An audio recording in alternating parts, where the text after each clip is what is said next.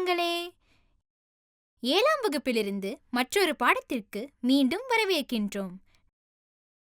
இந்தியாவில் பிரிட்டிஷ் அல்லது பேரரசு நிறுவப்பட்டது பற்றி பேசுவோம். அவர்கள் ஆட்சி செய்வதற்காக தங்கள் காலனிகளை உருவாக்க இந்தியாவிற்கு வந்தார்கள். இந்த பாடத்திலிருந்து ஆங்கிலேயர்கள் இந்தியாவிற்கு வர முன்மொழியப்பட்டதை பார்ப்போம். மற்ற எந்தெந்த நாடுகள் இந்தியாவுக்கு வந்துள்ளன, அவர்களிடம் நாம் என்ன வளங்களை இழந்தோம் என்பதையும் காண்போம். பகுதி 1இல் பின்வரும் தலைப்புகளை காண்போம். கிழக்கிந்திய கம்பெனி கிழக்கு பகுதிக்கு வந்தது. வணிகம் மற்றும் ஆயுத வியாபாரிகள். இந்தியாவில் ஐரோப்பியர்களின் ஈடுபாடு அதிகரித்தல். நிறுவனத்தின் அதிகாரத்தை தவறாக பயன்படுத்துதல். ஆங்கிலேயர்கள் அவர்களின் ஆதிக்கத்தை நிலைநிறுத்தியது.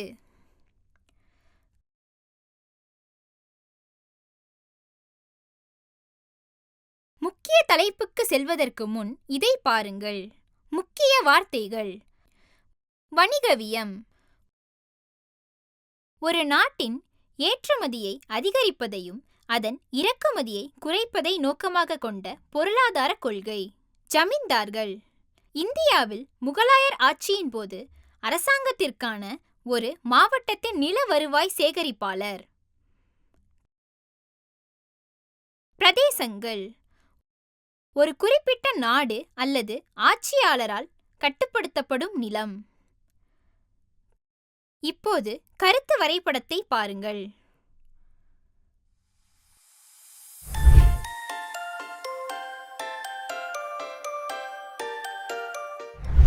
கிழக்கிந்திய கம்பெனி கிழக்கு பகுதிக்கு வந்தது.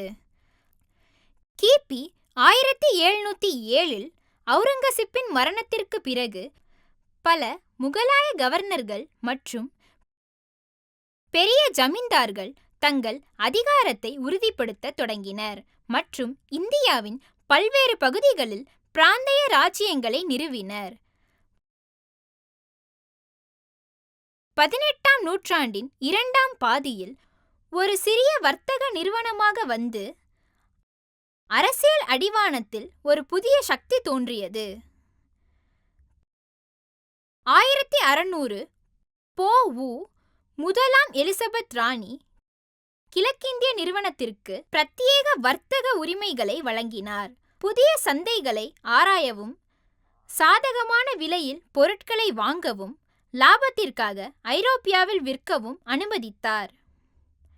பிரிட்டிஷ் வணிகம் மற்றும் ஆயுத வியாபாரிகள் பற்றி காண்போம். வணிகவியம் என்பது பொருட்களை பரிமாறி பணம் சம்பாதிக்கும் ஒரு வணிகமாகும். கடந்த காலத்தில் வர்த்தக நிறுவனங்கள் போட்டியை நீக்குவதன் மூலம் பணம் சம்பாதித்தன. அவற்றை குறைவான விலைக்கு வாங்கவும் அதிக விலைக்கு விற்கவும் அனுமதித்தன. அரச சாசனம் மற்ற ஐரோப்பிய சக்திகள் கிழக்கு சந்தைகளில் நுழைவதை தடுக்கவில்லை.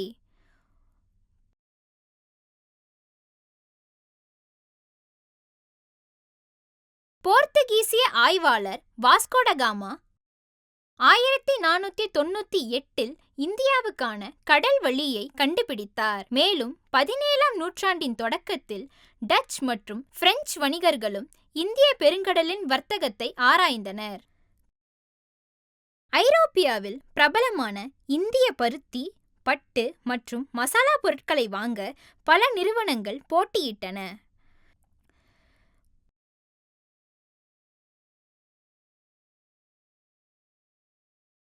வர்த்தகர்களுக்கு இடையே தொடங்கப்பட்ட போட்டி ஆயுத பரிமாற்றங்கள் மற்றும் வலுவான வர்த்தக புறக்காவல் நிலையங்களில் ஏற்பட்டுள்ளது.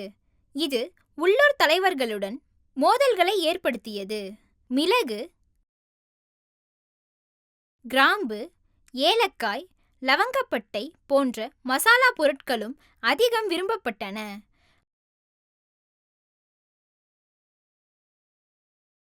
ஐரோப்பிய நிறுவனங்களுக்கு இடையேயான போட்டியில் இந்த பொருட்களின் விலைகள் அதிகரிக்க வழிவகுத்தது.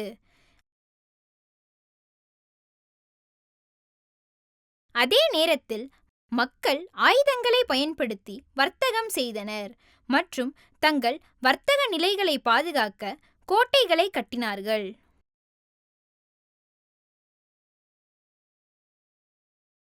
அவர்கள் தங்கள் குடியேற்றங்களை வலுவாகவும் வெற்றிகரமாகவும் மாற்ற முயன்றனர். இது இந்திய பிராந்தியங்களில் ஆட்சியாளர்களுடன் அதிக சண்டையை ஏற்படுத்தியது. ஆங்கிலேய மற்றும் பிரெஞ்சு கிழக்கிந்திய நிறுவனங்கள் உட்பட ஐரோப்பிய வர்த்தகர்கள் அரசாங்க ஆதரவுடன் வர்த்தக கட்டுப்பாட்டிற்கு போட்டியிட்டு இங்கிலாந்தின் பொருளாதாரத்தை உயர்த்தி இந்தியாவில் செயல்பாடுகளை நிறுவினர். ஸ்பெயின், போர்ச்சுகல் மற்றும் ஹாலந்து போன்ற பிற நாடுகளும் உலகளவில் விரிவடைந்து இந்தியாவின் முகலாய பேரரசுடன் இராணுவ மோதல்களுக்கு வழிவகுத்தது.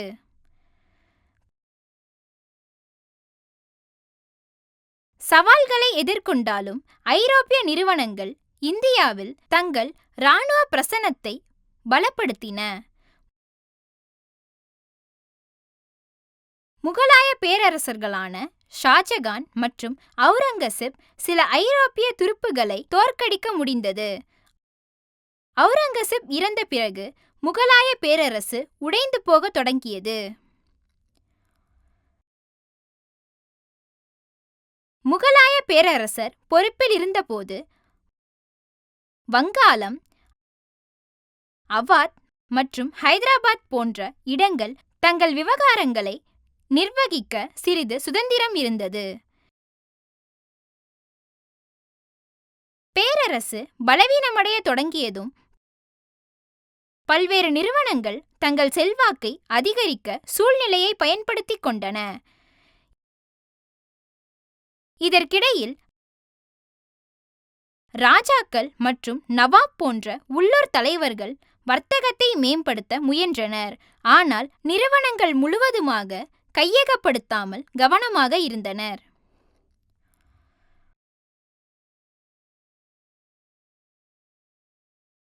ஆயிரத்தி 1764 ஆண்டில் ஒரு சிறிய பிரெஞ்சு இராணுவம் ஆர்காட்டின் நவாப் அன்வருதீன் கானை தோற்கடிக்க முடிந்தது. இது ஐரோப்பிய வர்த்தகர்கள் அதிக அதிகாரத்தை பெற உதவியது. 1700களின் போது ஐரோப்பிய இராணுவங்கள் இந்தியர்களை விட அதிக சக்தி வாய்ந்தவை. ஏனெனில் அவர்களிடம் சிறந்த பயிற்சி பெற்ற வீரர்கள், அதிக சம்பளம் மற்றும் மேம்பட்ட ஆயுதங்கள் இருந்தன.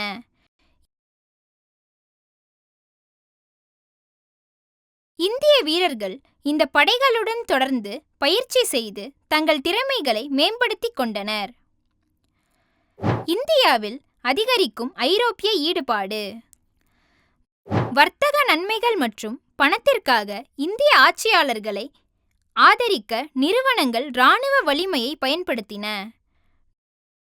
டூப்ளெக்ஸ் ஒரு ஆங்கிலேயர். அவர் தக்காணத்தின் நிஜாம் முசாஃபர் ஜங்கை ஆதரித்தார். அதற்கு ஈடாக முசாஃபர் ஜங் பாண்டிச்சேரி மற்றும் மச்சிலிப்பட்டினத்திற்கு அருகிலுள்ள பிரெஞ்சு நிலப்பரப்பையும் நிதி மற்றும் டூப்ளெக்ஸுக்கு ஒரு ஜாகீரையும் வழங்கினார். அருகிலுள்ள ஆட்சியாளர்கள் வணிகங்களுக்கு பிரதேசங்களை வழங்கினார். பின்னர் அவை வர்த்தகம் மற்றும் இராணுவ வளர்ச்சிக்கு பயன்படுத்த வரிகளை சேகரித்தன. இந்தியாவில் பிரெஞ்சு நிறுவனத்தை விட ஆங்கிலேய நிறுவனம் சிறப்பாக செயல்பட்டது. நிறுவனத்தின் அதிகாரத்தை தவறாக பயன்படுத்துதல். இந்திய தலைவர்கள் ஆங்கில கிழக்கிந்திய கம்பெனியின் கோரிக்கைகளை நிறைவேற்ற போராடினர். இதில் பரிசுகள் வழங்குதல், இராணுவத்திற்கான நிதி உதவி மற்றும் பிற நிறுவனம் தொடர்பான பிரச்சினைகள் ஆகியவை அடங்கும். சில இந்திய மன்னர்கள் நிறுவனத்திற்கு வரியிலிருந்து விலக்கு அளித்தனர். இதனால் தொழிலாளர்கள் வரிகளை தவிர்ப்பதற்காக தங்கள் உடைமைகளை நிறுவனத்தின் சொத்தாக விற்க வழிவகுத்தது. நிறுவனம் செழித்தோங்க இந்திய தொழிலாளர்கள் மற்றும் தலைவர்கள் லாபமடைந்த பணத்தை வீட்டுக்கு அனுப்பினர். பல வணிகர்கள் நிறுவனத்தை ஆதரித்தனர். வரிகளை தவிர்க்க தங்கள் தயாரிப்புகளுக்கு பெயரிடுகின்றனர்.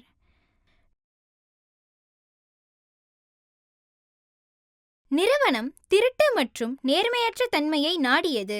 ராஜ்யங்களின் கட்டுப்பாட்டை கைப்பற்ற ஒரு வலுவான இராணுவத்தை பயன்படுத்தியது. மேலும் எதிர்க்கும் ஆட்சியாளர்களை அகற்றும் அதே வேளையில் விவசாயிகள் மற்றும் கைவினைஞர்களை லாபத்திற்காக சுரண்டியது. ஆங்கிலேயர்கள் தங்கள் ஆதிக்கத்தை நிலைநாட்டினர்.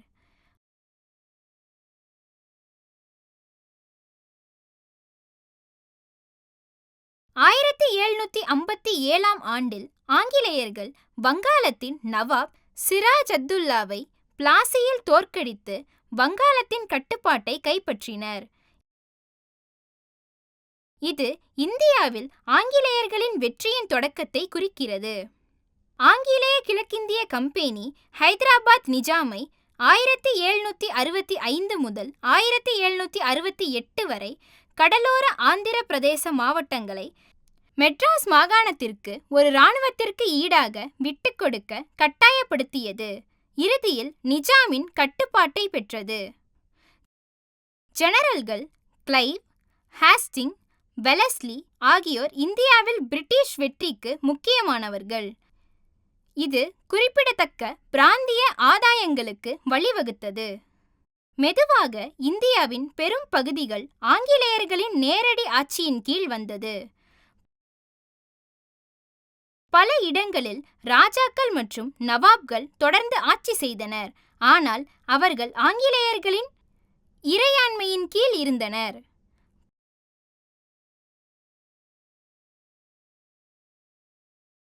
பகுதி 2 மீதமுள்ள பாடத்தை தொடர்வோம்.